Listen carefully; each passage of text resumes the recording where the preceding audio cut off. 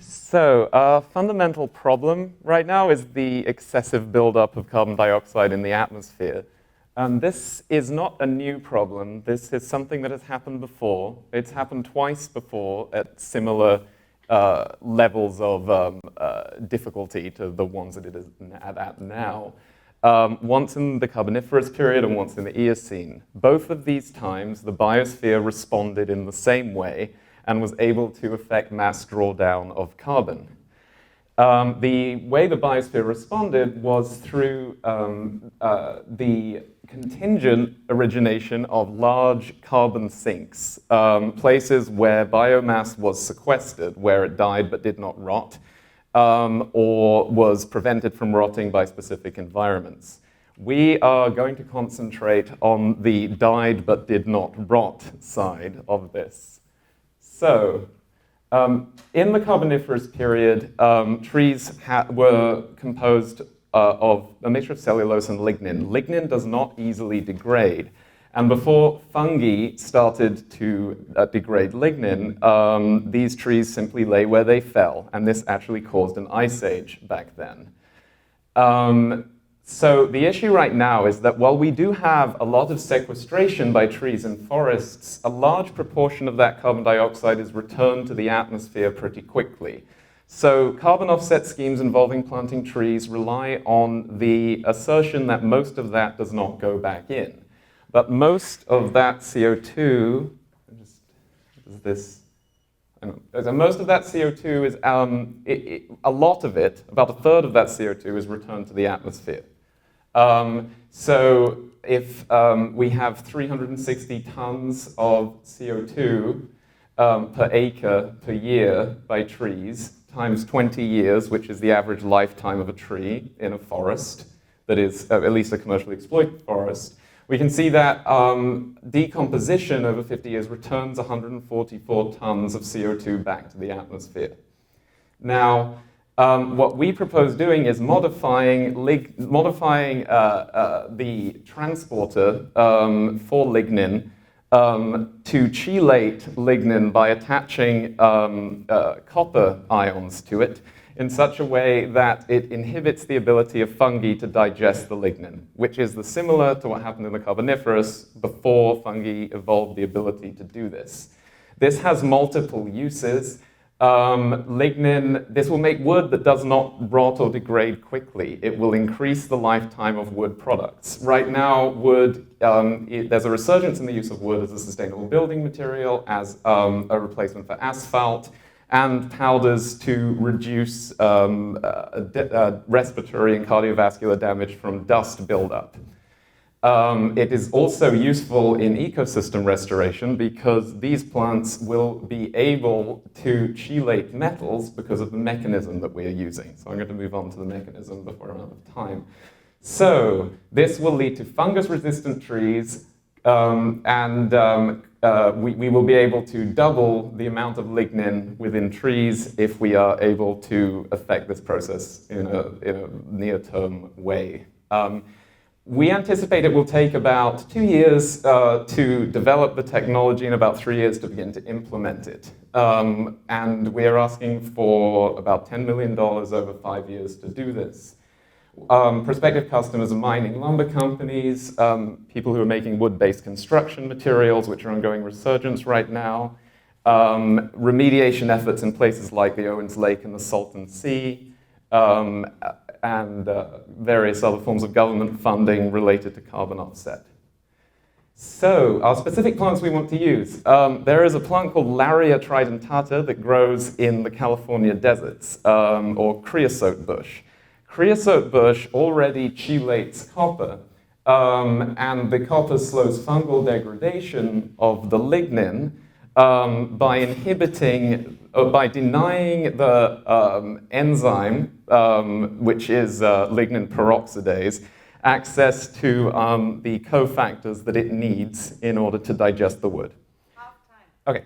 So we will, using CRISPR or a viral vector, introduce the gene for the ion transporter into trees that are used commercially for lumber production. So eucalyptus is a possibility, and so is Monterey pine. These two trees are good because both of them contain a high tannin concentration in the wood, and both of them are already commercially used, in addition to eucalyptus being good because it's salt tolerant, and so this would assist in desalination efforts, and we could also expand this to other metal ions for remediation. So what we need to do is transfect the gene complex for the copper transporter into the tree, and then test the ability of the cells to increase their copper concentration after we do this. And then we will expose the wood to fungi or other lignin digesters and measure the rate at which the wood degrades. And we will expect that the trees will be more resistant to degradation. So our team has many people, and we have biologists, paleobiologists, chemists, and AI researchers. And so there's a good diversity of skills. And we also have an advisor who is a tree biologist specifically. Technical barriers are the mass planting of trees in sufficient numbers to create significant carbon offset. There are two parts here. There is the creation of products that use this, the rot-resistant wood. There is also just the production of rot-resistant wood in itself, which is already beneficial because it increases standing biomass, which we need to do anyway.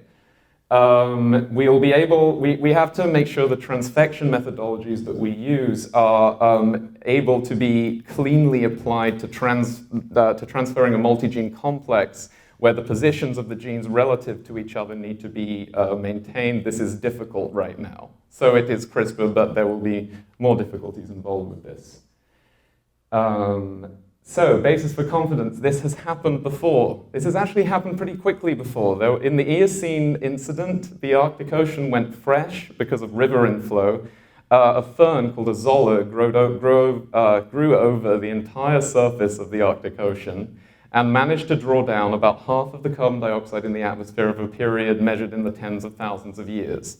This happened, and this is what initiated the cooling that led to the current ice age. So this is actually, it has a historical precedence. And if we can speed up 40,000 to 30 or 50 years, then we'll be doing well. And as representatives of the biosphere, that is what we should be doing. So risks here, the gene escapes and nothing rots. That could be a problem. So we can characterize the risk of this happening by making sure that at the initial stages we use tissue culture methods of plants that are not capable of sexual reproduction, and that we make sure that they're not plants that are going to reproduce quickly through fragmentation. Pines are good for this. They find that very difficult. They do not reproduce easily through cuttings. We also another risk would be the general societal backlash against products that involve biotechnology and genetic modification being deployed on a wide scale.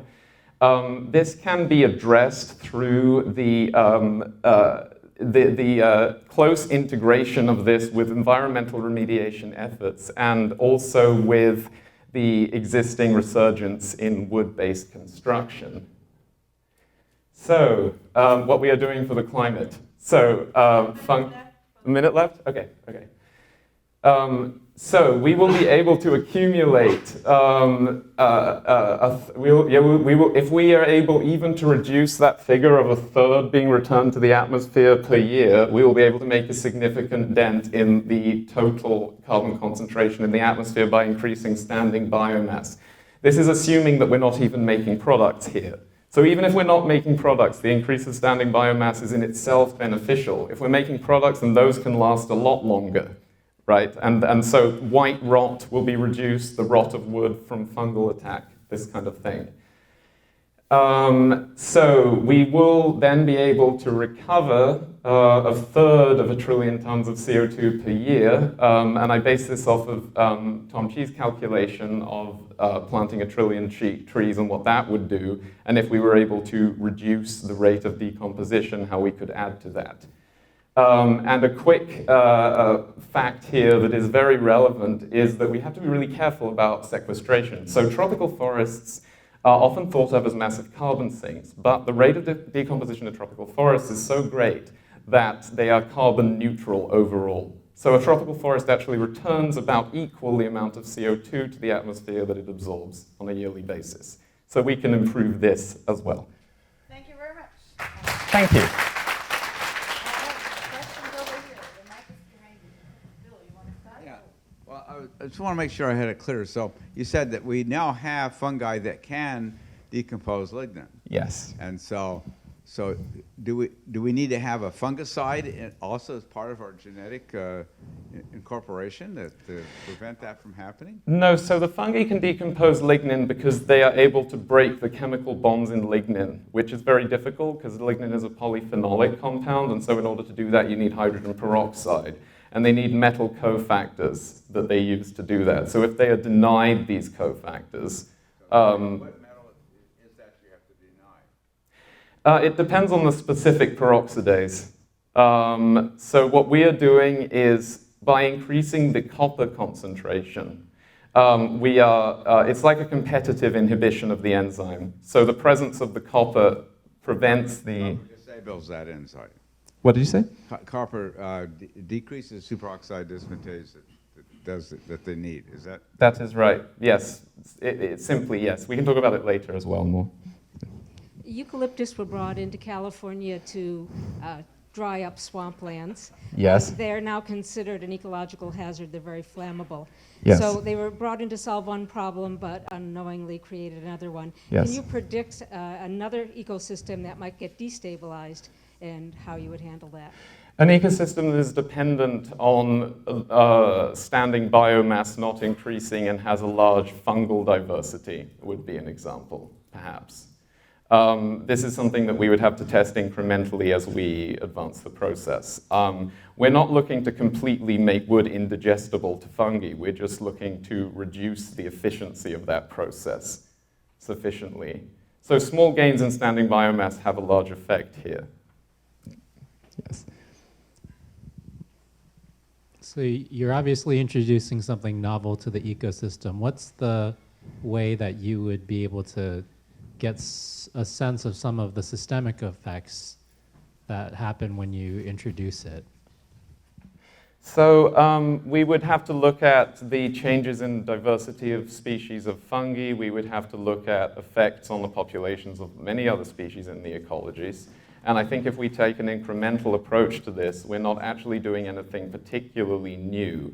It's a quantitative rather than a qualitative change, and it's not a huge difference here. 1 minute warning. But again, we can talk about that. I have other ideas for that we could discuss later too.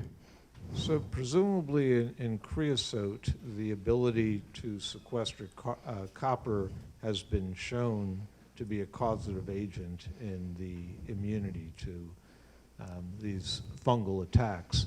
Yes. But that's not the same as saying the addition of copper into another biological system is sufficient to gain that immunity. So we're not actually adding copper here. We're changing the transporter that moves the copper into the cell. We're taking that from Laria and then moving that into different species. So, Yes, but what's the evidence that by doing that in a different biological background that that's sufficient to prevent the fungus from attacking? well, the association of the efficiency of the copper transporter with resistance of lignin to attack is well established in other species than Laria. Oh, so there are multiple species in which this works. Yes. All right. Okay. June, one Quick question. Yeah, so you mentioned there's precedents already with the Azolla fern. Yes. How, with this system, how much more carbon do you think you'll be able to sequester, especially given that a eucalyptus tree has a 20-year growth cycle? Well, it has a 20-year growth cycle if you're using it for forestry to make lumber. I mean, it lives a lot longer than that. The main problem with eucalyptus was because there wasn't a use for it because of the pattern of the grain in the wood. That was why it became an ecological hazard. So with Azolla, the mechanism was actually also an increase in photosynthetic rate because Azolla can fix nitrogen. So the processes are not exactly comparable. We're looking to increase standing biomass, whereas with Azolla, it was an increased photosynthetic rate followed by sequestration.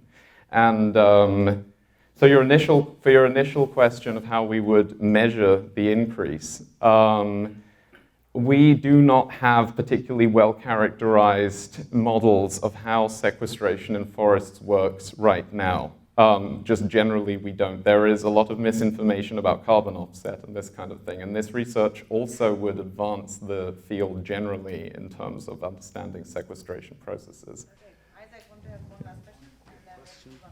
So your product is a rot-resistant lumber, Yes. and this is to enable wood-based construction. Do you anticipate this is going to reduce the cement need and production in the world? Yes, that would be one of the hopes. Yes, definitely. That would be a major benefit because that would mean every building represented carbon drawdown. All right, thank you so much, Patrick. Thank you. All right.